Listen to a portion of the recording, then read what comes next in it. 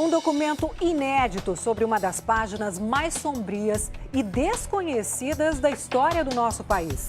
Nossa equipe entra no prédio onde funcionou o maior hospício do Brasil. Um hospital que internava à força e misturava pessoas com e sem nenhuma doença mental. Estas portas estão sendo abertas para revelar os detalhes de uma série de crimes silenciosos marcados por torturas, indignação que o Brasil mal conhece.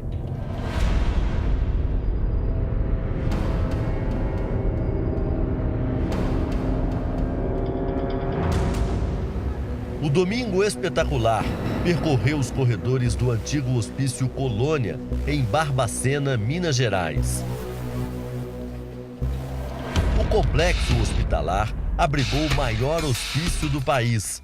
De 1950 a 1980, o hospital psiquiátrico viveu uma fase de terror. A internação de pacientes que não sofriam de doenças mentais. Lembrai com alegria que além, muito além. Por trás da aparência de manicômio, um crime estarrecedor era cometido aqui. A prisão, muitas vezes perpétua, de pessoas que nunca mataram, roubaram ou fizeram mal a alguém. Os pacientes vinham de trem que chegava lotado depois de passar por várias cidades do país. O desembarque já era nos fundos do Colônia. Os passageiros não eram informados sequer sobre os motivos da viagem inesperada, muito menos sobre o terror que teriam que enfrentar da portaria em diante. O Colônia virou uma espécie de depósito de lixo humano. Quando chegavam ao Colônia, os pacientes eram obrigados a entregar as roupas do corpo, relógios, calçados e documentos. Tinham as cabeças raspadas e entravam numa ducha gelada, apesar do frio constante que faz em Barbacena. Perdiam a identidade e a dignidade. Eram enviados para a colônia pessoas que haviam perdido o documento, prostitutas, mães solteiras, meninas que haviam perdido a virgindade antes do casamento ou que se rebelavam na família por algum motivo. Isso foi registrado no prontuário médico dela. Para a jornalista Daniela Arbex, o tratamento lembra o dos judeus mandados para os campos de concentração. A semelhança inspirou um livro-reportagem, Holocausto Brasileiro, que detalha a tortura no manicômio a partir do relato dos quase 200 sobreviventes. Nós não perdemos 9 milhões de judeus, mas nós perdemos 60 mil brasileiros em função das condições em que eles eram mantidos, condições subhumanas. Quem mandava era o poder da região. Chegava aqui, internava. Que poder? O padre, o delegado, o prefeito, o vereador, entendeu? Hoje, o cenário de tanto horror ainda atende doentes mentais. A realidade no hospital psiquiátrico é bem diferente. Os pacientes têm camas, refeitórios, lazer e, segundo a direção, são tratados com dignidade.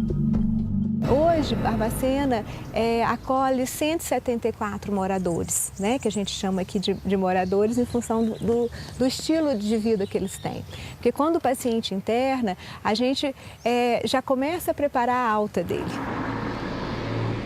No lugar funciona também o Museu da Loucura, onde estão reunidos os vestígios de um tempo de dor e de injustiças. Francisca tem 58 anos. Trabalhou como auxiliar de cozinha no hospital em 1979. Tinha o sonho de ser enfermeira. Desistiu depois de acompanhar uma das sessões de tortura. Como cozinheira, a gente tinha a chance de fazer um curso de atendente. com as enfermeiras do local. E ensinaram pra gente que tinha que pôr uma bucha na boca do paciente, para molhar a fonte, ligar o aparelho de 110 a 120 volts, aí encostar 1, 2, 3 na fonte do paciente. Aí, aqui nas têmporas? Aqui assim nas fontes mesmo do paciente. E nisso, eu vi uma paciente morrer ali na hora, sabe? E os técnicos de enfermagem simplesmente embrulhou no lençol, pôs no chão, para eles era -1. E você saiu correndo? E eu saí correndo, até chorando. As sessões de choque elétrico faziam parte da rotina. Fazia-se muito nessa época o uso do eletrochoque. Ele era dado como castigo. Como é que funcionava? Aqui, ó. Apertava e tirava. Provocava em você uma convulsão. Quantas pessoas... Segundo os funcionários, os choques também eram usados para acalmar os pacientes. E como é que os pacientes eram preparados para o eletrochoque, que você falou? O eletrochoque eles era contido na cama. Com o quê? Com amarrado as duas mãos numa cama assim. Com panos, lençóis, com corda. E as pernas também, entendeu?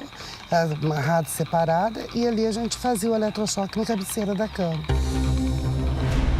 Milhares de pessoas agonizaram atrás dos muros do Colônia. Eram tratados como animais. Não havia cama, muito menos colchão para todos os pacientes. A maioria dormia nos corredores, como este aqui, no chão mesmo, forrado com capim. Nossa, menino. Dona Marlene trabalhava no Colônia. Todos os dias tinha que colocar o capim para secar. Como se eu estivesse vendo tudo aquilo. Meu dia a dia era muito triste. Eu carregava capim de manhã quando eu chegava, para dormir à noite. Colocava secar para à noite eles dormirem. Numa ala dessa aqui, dormiam quantos? Mais de 100. Eu cheguei a ficar dentro desse pátio com 280 pessoas. Ronaldo Simões era o chefe dos psiquiatras de Minas em 1979. Ao descobrir as barbaridades no Colônia, escreveu um artigo sugerindo o fechamento do manicômio e foi demitido. Demitido com um argumento interessantíssimo do chefe, né? Ele disse o seguinte, ele me chamou para eu assinar o meu pedido de demissão. Em vez de assinar o pedido de demissão, eu chamei a imprensa. Até hoje, Ronaldo se revolta com o que acontecia no manicômio. Porque eu morri de vergonha de saber que existia um lugar como aquele. Porque eu chamo hospício e, teoricamente, é para internar pessoas com doenças mentais. O que menos tinha lá.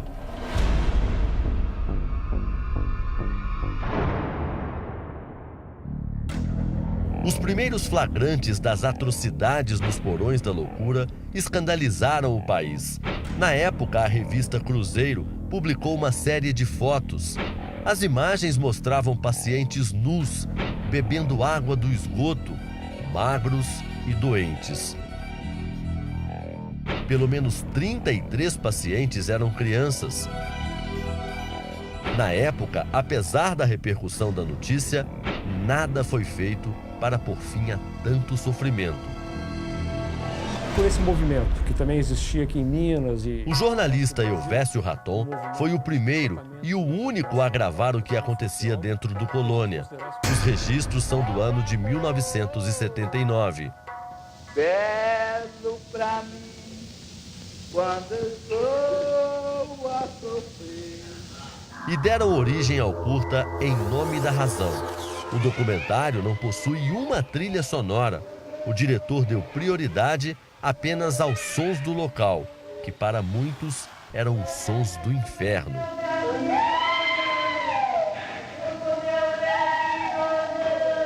Às vezes eu me lembro até dos cheiros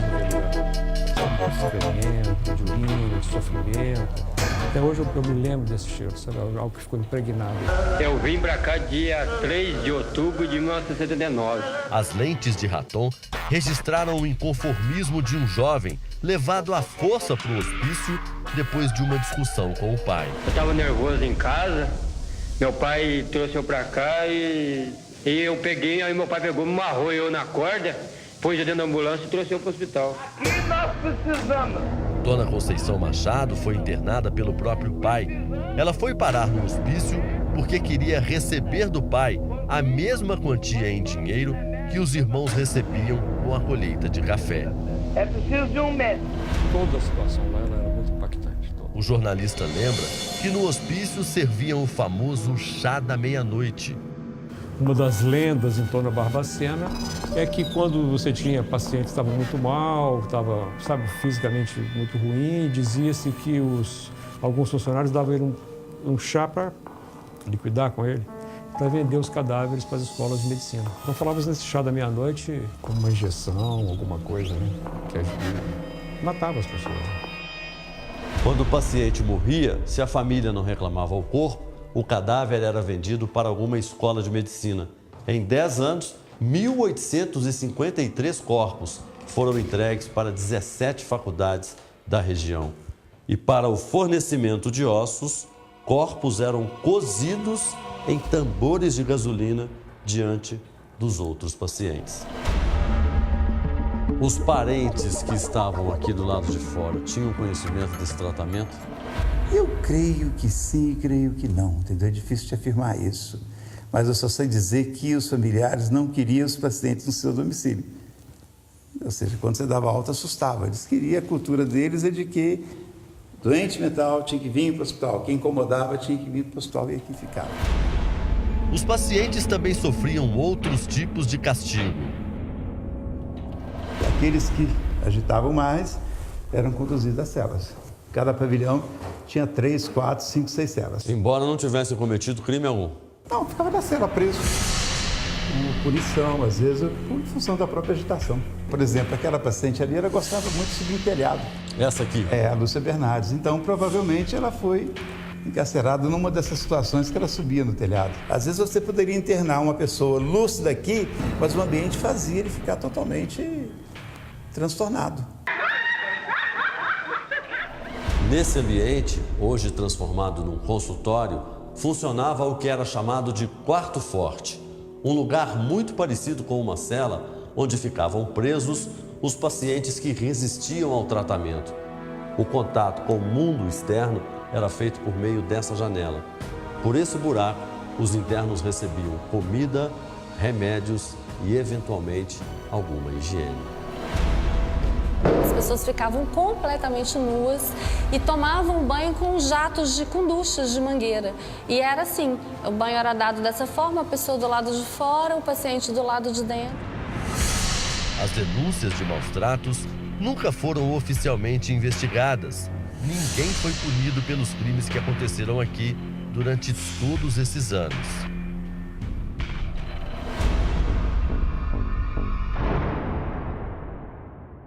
Elas ficavam nas celas meses. Durante a pesquisa, a jornalista descobriu que muitos pacientes conseguiram sobreviver ao tratamento do Colônia. Aqui eram os porões e muitas mulheres, para fugir de castigos, para fugir do eletrochoque, passavam às vezes uma semana escondidas aqui dentro. E como elas não tinham alimentação, não tinham comida, muitas vezes elas comiam ratos. Ratos? Ratos. Algumas das vítimas eram crianças que nasceram aqui e não puderam crescer ao lado das mães. Um dos prontuários conta a história de Sueli Rezende. A paciente ficou grávida no hospício. A criança foi doada logo depois do nascimento. E ela nunca mais encontrou essa filha. E todo aniversário da filha, ela falava: hoje a minha filha morena faz 1 ano. Hoje a minha filha morena faz 10 anos. Hoje a minha filha morena faz 25 anos. Todo aniversário da filha ela lembrava da filha. No final ela morreu chamando pela filha. João Bosco também foi arrancado dos braços da mãe, que chegou grávida ao hospital. Ele foi criado em um orfanato, cresceu sem ter notícias da mãe, hoje é casado, tem um filho e se tornou bombeiro. Depois de 45 anos, ele voltou ao local, pela primeira vez. Você imagina você ter nascido no hospício, e um dia você chegar no pavilhão do hospício, você nasceu, cara? Tenta imaginar uma coisa dessa. Como é que é para você voltar aqui?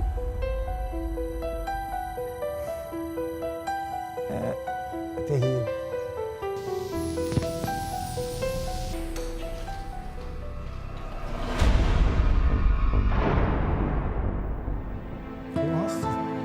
João Bosco se emociona com a visita e sabe que tudo o que aconteceu faz parte do passado. Você conseguiria traduzir o que são suas lágrimas agora? Muito livre disso, desse passado. Acabou. Ele tem motivos para querer deixar tudo para trás. Há 2 anos, o bombeiro realizou o sonho de reencontrar a mãe. Foi uma surpresa de aniversário. Os amigos do batalhão conseguiram localizar Dona Geralda. As imagens gravadas por um cinegrafista amador registraram o encontro do filho com a mãe.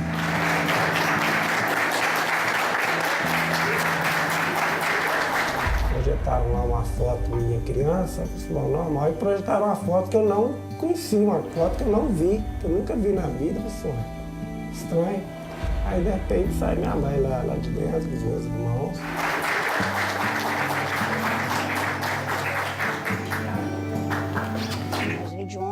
Dona Geralda saiu do Colônia há 45 anos, mas não conseguiu achar o filho, que foi criado em um orfanato em Belo Horizonte. Como é que foi para a senhora esses 45 anos sem seu filho? Foi muito triste, né? Muito triste. Dona Geralda nunca teve problemas mentais. Tinha 14 anos quando foi estuprada pelo rico patrão e mandada para o sanatório.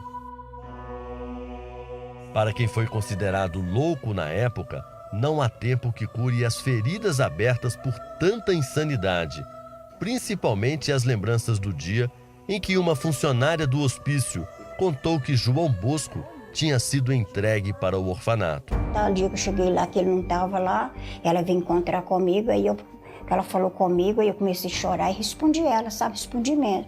Aí ela só me pegou pro braço. Ela me pegou e falou, você não tem autoridade de me responder, não. Aí foi me arrastando lá pro quarto de choque. Aí me deitou lá na cama de choque, me deu choque. E a senhora levou um choque? Um choque. Porque perguntou onde estava seu filho? Porque eu perguntei pro meu filho. Mãe e filho agora se encontram pelo menos uma vez por mês. Não podem mudar o passado, mas estão decididos a superar juntos os traumas deixados pelo manicômio de Barbacena. Para mim, o ensinamento fica é o seguinte: existem muitas pessoas ruins, existem muitas pessoas boas, porque mesmo para nós estarmos aqui agora, foi necessária a generosidade de alguém. Senão eu vou procurar a mãe dele. Existem pessoas boas. E elas é que têm que ser lembradas.